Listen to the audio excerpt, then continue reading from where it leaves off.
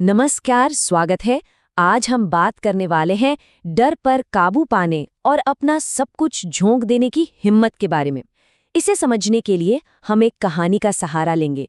एक ऐसी कहानी जो हमें बताएगी कि अपनी पूरी कोशिश करने का असल मतलब क्या होता है। तो सवाल ये है कि अपना सब कुछ देने का असल में मतलब क्या होता है। ये एक सवाल है जो हम सब कभी ना कभी खुद से पूछते हैं। क्या इसका मतलब सिर्फ जीतना है या इसके पीछे कुछ और भी है? चलिए इसी सवाल को साथ लेकर प्रिया की कहानी में चलते हैं। तो कहानी की हीरो है प्रिया, एक आम लड़की जिसे अचानक ही एक ऐसी परिस्थिति का सामना करना पड़ता है जहां उसे अपने सबसे बड़े डर से लड़ना था। तो सीन कुछ ऐसा है, क्लास 9 की इंटर हाउस डिबेट कंपटीशन चल रही है। स्टेज तैयार है, टॉपिक सामने है और ऑडियंस की उम्मीदें वो तो हैं ही। लेकिन प्रिया के लिए ये सिर्फ एक कंपटीशन नहीं थी। नहीं, ये तो एक बहुत बड़ी चुनौती थी। और ये डर ये सिर्फ दिमागी नहीं था, वो इसे फिजिकली महसूस कर रही थी। दिल इतनी जोर जोर से धड़क रहा था, हाथ बुरी तरह कांप रहे थे। हुआ ये था कि उसे लास्ट मोमेंट पर चुना गया था। तैयारी का तो सवाल ही नहीं उठता और उसे लग रहा था जैसे वो सबके बीच होकर भी अदृश्य है।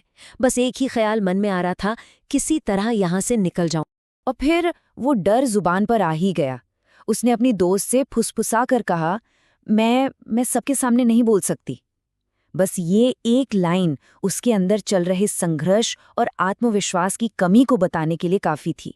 और सच तो ये है कि ये एक ऐसा एहसास है जिसे हम सब ने कभी ना कभी महसूस किया ही है। लेकिन फिर कहानी में एक मोड़ आता है।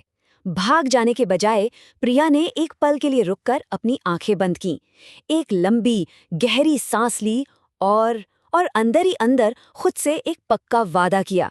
ये वो पल था जहां उसने तय कर लिया कि वो डर को खुद पर हावी नहीं होने देगी। तो फैसला तो हो गया, लेकिन सिर्फ फैसला करने से तो कुछ नहीं होता है ना।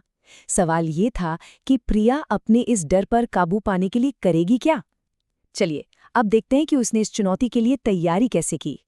प्रिया का अप्रोच ना बहुत ही सिस्टमैटिक था। उसने छोटे छोटे कदमों से शुरुआत की।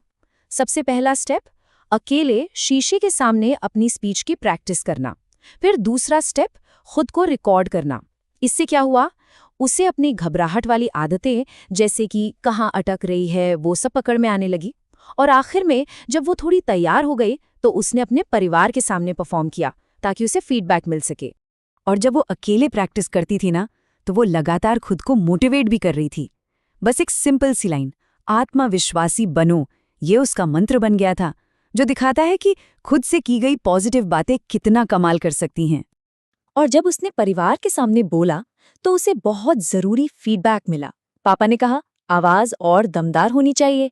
भाई ने खैर पहले तो उसे थोड़ा छिड़ाया, लेकिन स्पीच खत्म होते ही सबसे जोर से ताली उसी ने बजाई। मतलब घर का जो सपोर्टिव माहौल था उसने प्रिया को बहुत हिम्मत दी।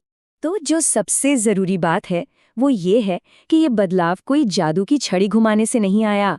ये लगातार रोज रोज की गई कोशिश का नतीजा था। जैसे जैसे प्रिया मेहनत करती गई, उसका डर वो सिकुड़ने लगा और आत्मविश्वास वो धीरे धीरे बढ़ने लगा। और फिर आता है कंपटीशन का दिन, वो दिन जब प्रिया की सारी मेहनत की असली परीक्षा होनी थी। अब देखना यह था कि उसकी फुसफुसाहट एक बुलंद आवाज बन पाती है या नहीं। तो आइए देखते हैं कि प्रिया में क्या बदलाव आया। कुछ दिन पहले बैकस्टेज पर उसका दिल जोरों से धड़क रहा था, हाथ कांप रहे थे और आवाज एक फुसफुसाहट जैसी थी। और अब पोडियम पर दिमाग एकदम क्लियर था। हाँ, हथेलियां पसीने से भीगी थीं पर स्थिर थीं और आवाज वो बिल्कुल मजबूत और नेचुरल थी। और फिर उसने बोलना शुरू किया, माननीय न्यायाधीशों और मेरे प्यारे दोस्तों, गैजेट्स खलनायक नहीं हैं।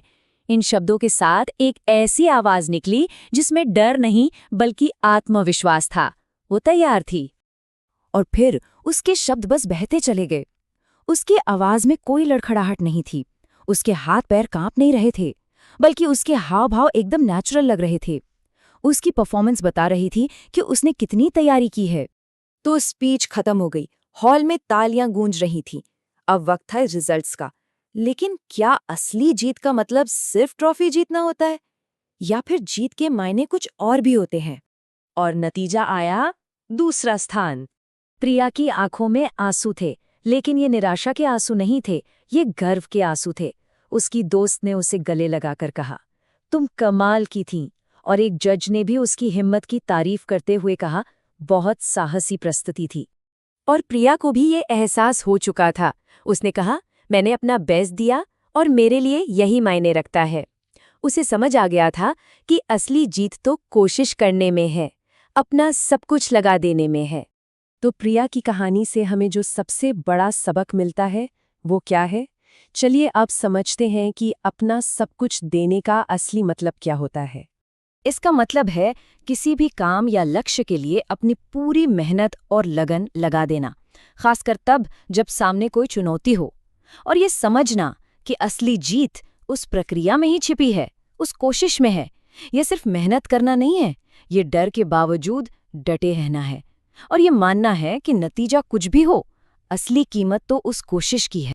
तो अब सोचने वाली बात यह है कि ऐसी कौन सी चुनौती है जिसके लिए अपना सब कुछ लगा देना सही है, भले ही नतीजा कुछ भी हो। क्योंकि जैसा कि प्रिया की कहानी से पता चलता है, कभी-कभी सबसे बड़ी जीत तो बस पूरी हिम्मत से कोशिश करने में ही मिल जाती है।